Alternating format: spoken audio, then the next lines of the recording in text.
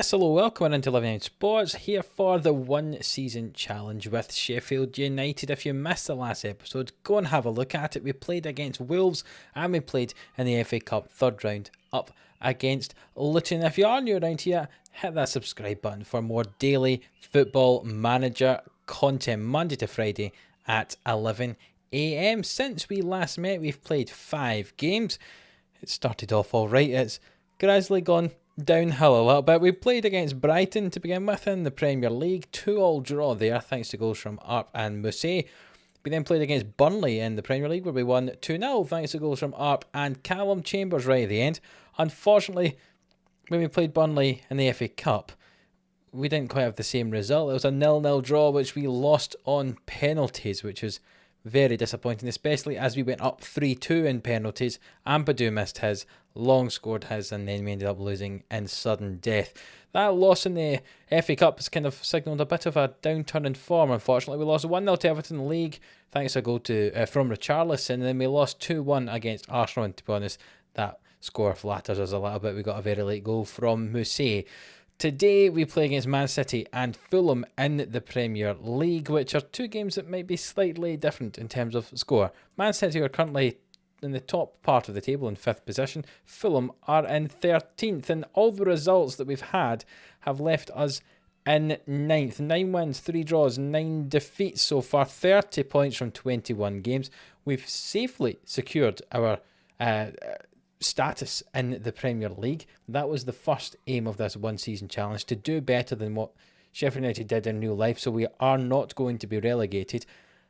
I then did set myself the chance of finishing in the top 10. It looks like we have quite a strong chance of doing that. I then thought maybe we can sneak into Europe, and that's going to be the battle for the second half of this season. We don't have any FA Cup to win because, well, we get knocked out of it by Burnley, who are down in 19th position in the league. Very disappointing indeed. So it's all based on the league now, and I think it'd be great if we could try and catch up to Wolves and get that 7th place. So today, as I say, we play up against Man City, who we did beat 4-2 the last time we played them. I'm not predicting the same result this time round, but you never know. And the injuries that we have include Nathan Ampadu, Ollie McBurney still, Max Lowe, who's been injured most of the season, one of our backup left backs, and Ryan Brewster is still injured as well. Up to 7 weeks Brewster's out for still. McBurney's still got up to 5 weeks. Ampadu's got a couple of days. So yeah, not ideal when a couple of those players would probably be playing, at least one of them. You'd imagine Brewster or McBurney would play alongside Mousset up front. So unfortunately, Stevens and Berg are a little bit lacking in fitness, and in a game that I don't imagine we're going to win anyway, I just will give them the day off. So the team we're going to have in the game against Man City is as follows: Ramsdale in goal, with O'Connell at the back, Basham and Egan either side of him, Baldock and Bryan at wing back, Norwood, Lundstram and Fleck in midfield, and Arp playing up front, alongside Mousset. On the bench, we've got Callum Chambers. He had been playing pretty well, but he missed the last game against Arsenal because he was away on loan from them, so he can't play against your parent club. And I thought the 3 at the back played fairly well, so I'm going to give them another chance here. If not, Chambers will be back in for the next game, don't worry. So here we go. I say, not expecting the 4-2 victory that we had the last time, but to not be totally demolished would be much appreciated. First highlight in the game, throw in from Man City on the left-hand side. It's headed away by Fleck, but Fernandinho recycles the play out to Nathan Ake, who's playing left back. The ball swung in and Bernardo Silva scores a goal. Almost identical to the way that they scored their goal against us, their first goal in the first game, and then we came back and won the game 4-2. So maybe that's an omen, possibly, that we're going to come back for the win here. Possibly not, though. Ake with a good ball in, and Bernardo Silva tucks that ball away, and City are up 1-0. First shot of the game that was after 18 minutes. And they're up 1-0. They have a corner kick now. It's swung in. It's cleared away. And Arp comes away with it. And we've got a chance of the breakaway here. Arp down the right-hand side. He's got men in the middle if he wants to use them. Gets to the byline. Plays it back to Baldock, who hits it. And Lundstram scores his 4th goal of the season. 22 minutes in. The ball was blocked by the defender. It came to Lundstram in the end. And he got himself a goal, and we're back to 1-1 here against Manchester City. Arp down that right-hand side. Cuts the ball back to Baldock, who hits it off the defender, off a second defender, and Lundstram's there about the penalty spot to tuck that one away, and it's 1-1 here. Unexpectedly, Norwood with the corner, swings it in, it's headed away, and De Bruyne knocks it on towards Sterling, and Sterling has a chance to break past the defenders here, goes down the right-hand side, finds the byline, crosses it in, and Sergio Aguero scores his 8th of the season. When you're comparing Raheem Sterling and Sergio Aguero to the players that we have, you can understand why Manchester City are winning this game. And they are indeed 2-1. The ball came into the middle. It's simple to defend, but they just didn't defend it. And they've had 2 shots and scored 2 goals. Throw in from the left. Ake finds Sterling. We're only half an hour into this game. The ball's played forward. De Bruyne with it now. Comes across field. He's got 2 men outside him if he needs them. He does. He finds Bernardo Silva, who goes in the line. Kyle Walker now drives toward the byline. Will he cross it in? No, he cuts it back to Gundogan. And I tell you what, that's a fantastic finish from Ilkay Gundogan there. 20 yards out, driven into the bottom corner. We're getting kind of destroyed down the wings, which is frustrating. Seems we're playing with wing backs, but we are sitting very narrow, it looks like. Walker gets the ball here, cuts it back to Gundogan, 18 yards out. It's a good finish. And half an hour's played, and Man City are up 3-1. But there is a highlight straight from the kickoff, and we know what that means. There's normally a goal once you get a highlight straight from the kickoff. Bryan with the ball on the left-hand side now. Goes down the line, swings it in toward the back post. Musi collects it. What's he going to do? He finds Baldock. And Baldock comes in field, switches the play to Bryan. Bryan back to Lundstrom. The ball switched. With it, can he finish? Yes, he can. There we go. What did we know? What did we say? Predictions are, as soon as you have a highlight straight from a goal, you imagine there will be a goal coming from it, and indeed there was, and it's 3-2 after 32 minutes here. Lundstrom swings the ball in, Ake messes up his clearance, and Arp scores an absolutely calm, chilled, brilliant finish into the bottom there. His 4th goal of the season since he's arrived in on loan to us. And we've managed to score 5 goals between us and Man City in this first half. What did I say? Maybe not going to be a 4-2. It turns out it might be, just not for us if it stays like this. We'll continue to the dressing room and say we're pleased with how things are going. We just need a goal to get back level on the scoreboard. Man City have just had their 4th shot. They had scored 3 goals from 3 shots, which was very disappointing for us. But there is another highlight here. An hour played. Bernardo Silva out to Walker, who overlaps on this right-hand side. Swings the ball into the box. It's headed away. Fernandinho on the edge finds Gundogan. And he gets the ball back, does Fernandinho. And Gundogan again, they're just keeping it between the 2 of them. Now they find Silva and Walker. And Walker switches the play to De Bruyne, who finds Sterling. And Nathan Ake on the overlap. Threads it through for Sterling. He's hit the post and it's gone wide. And we're just about clinging on at the moment. 3-2 to Man City still, though. Free kick for us. Fleck swings it in. And Musi gets his head on the ball. And it's 3-3. And somehow we're just amazing against the good teams, it would appear. Or maybe just the Manchester sides. We've beaten both City and United already this season. And now it looks like we're possibly going to take something off Manchester City here. A lovely ball in from John Fleck. And Musi, who's slightly injured, gets his head on it. And it's 3-3 now. And we've made changes in the midfield. We've taken off our 3 midfielders, brought on Osborne, Berg and Fosu Mensah in there. Berg was sitting out because he wasn't fully fit, but he can come off for the last 15 minutes of this game and see if maybe his talent can get us another goal. There's a chance though here, and it looks like it's going to go the way of Man City. Foden with the ball down the left-hand side, deflected off the defender, switched to Walker. Will he hit this ball? No, he won't. He runs in and he hits it over the bar. And that's 5 minutes ago and we're still hanging on to this point at the moment. I was hoping maybe we could go down the other end and get enough, or get another one, I should say, for a winner. But no, we've held on. A 3-3 draw.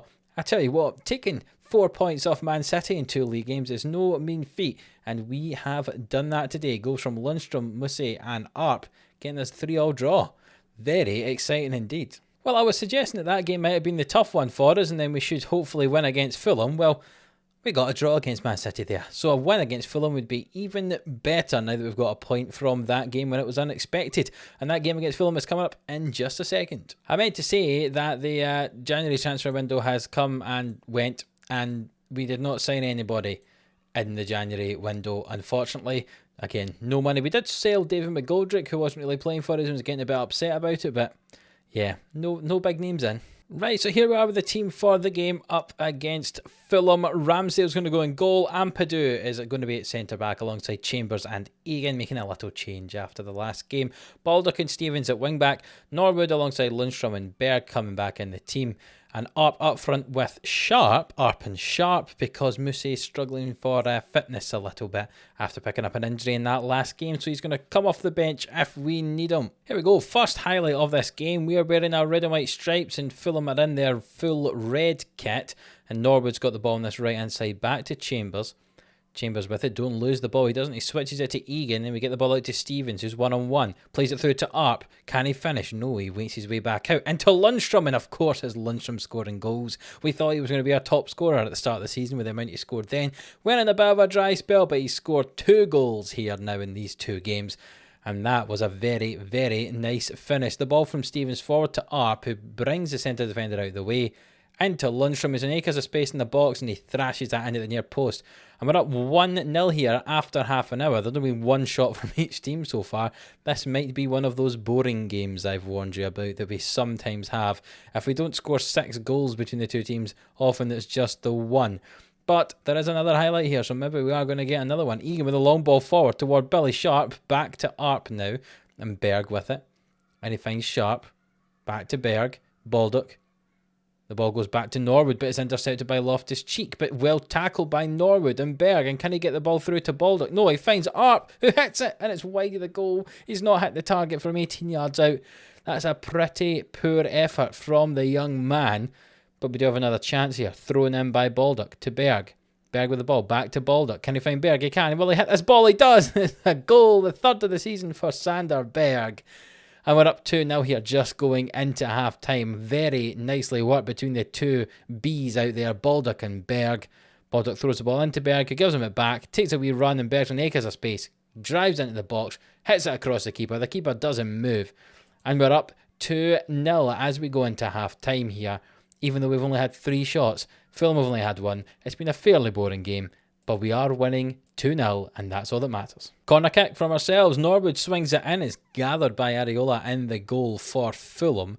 We'll see if this could be a Fulham chance. The ball's played long. Loftus-Cheek tries to get the end of it. Egan passes the ball straight to him and then challenges him, and that is being waved about like that is going to be a red card, and indeed it is. John Egan has been sent off. Not ideal. We'll need to get the tactics screen open here. We'll need to drop one of the strikers back into that left back role and then replace him with a defender from the bench. We'll bring on Fosu Mensah to play on that left side, which means you've got 3 loaned in defenders playing at the back, and we'll keep up just slightly over to this left hand side, I think, as a pressing forward. We've got quite a long time to go with just the 10 men. We're going to change our mentality as well to defensive, since we're down to 10 men. The ball is played long there, and Arp tries to chase on to it, but Areola holds on to it. And Fulham come away with the ball on the right-hand side now. So we're playing with 5 defenders, 3 midfielders, and just the 1 up front. We'll see how we get on. But Berg has it now. He's driving forward with the ball. Gets challenged, but Lundstrom comes away with it. Can he score a goal? It's a good save from Areola. And it looks like it's going to stay as 2-0 for the moment. But another highlight from us, kicking it out from the goal kick. Baldock with it now. Finds Chambers again, and Baldock and Berg, and we're passing the ball about nicely. Baldock's advanced to a more forward position here, and Chambers switches the play, but no one is there, and Anderson has it now for Fulham, and goes down this left-hand side. Piatti with it, past the first man, past the second man, puts the ball in the box. It's a good sliding finish from Loftus-Cheek there. Really, the defender should be getting on the end of that, but unfortunately they did not, and it means that Fulham have pulled one back here. That Egan red card could totally cost us 3 points here. I mean, it's pretty poor defensive work there. No one really checking Loftus-Cheek back. Very disappointing. But yeah, this Egan red card could completely change the way this game's going. It's out for another corner kick here for Fulham. Hopefully we can defend this one a little bit more comfortably than the first one. And it is indeed. Ramsdale holds on to the ball, and that should be us. We've brought Osborne on for Lundstrom in the middle of the field just to add some more legs. Basically in the middle of the field after all the running about they've had to do. And we've just bought Fleck on as well in place of Berg, and that's Fleck pushing forward on that right hand side. Robinson with it now for Fulham. There's 8 minutes to go. It would be horrible to concede a goal at this stage. Robinson down the left hand side, puts the ball in the middle. Reed hits it, and Lamina gets on the end of it now, and they're going to go again, recycle the play. Tete with it forward toward Kearney and Reed and Lamina. and back to Tete, and they're going backwards now, but Lamina finds Reid, he switches it to Piatti on this left-hand side. Can he square the ball across? He can to Kearney, but he's all the way wide right. The ball swung in, Loftus-Cheek. Oh, it's just about cleared away by us, and we're holding on to a 2-1 victory here. I look very comfortable in that first half, but that sending-off's completely changed the way the game was going. But it looks like we are indeed just going to hold on to a 2-1 victory over Fulham here. No thanks to Egan's red card. But I say we just about get 4 points from this episode. A draw with Man City and a win with 10 men over Fulham. A good performance from the lads in the end there after a difficult second half down to 10 men. But we've got ourselves a win. And look at that, we're just 2 points off of Wolves, who are in 7th position, having played the same number of games.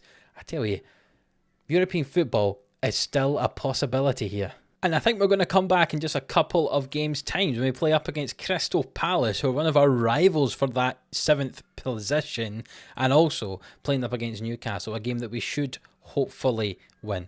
Fingers crossed. So that's Crystal Palace and Newcastle. We're getting down to the last couple of months of the season, and these games could be very important to see how we get on in terms of trying to get that European place. Newcastle, they are down to 21 points now. They are 13 points behind us. We should be beating that team. Crystal Palace, they're just a point ahead of us at the moment.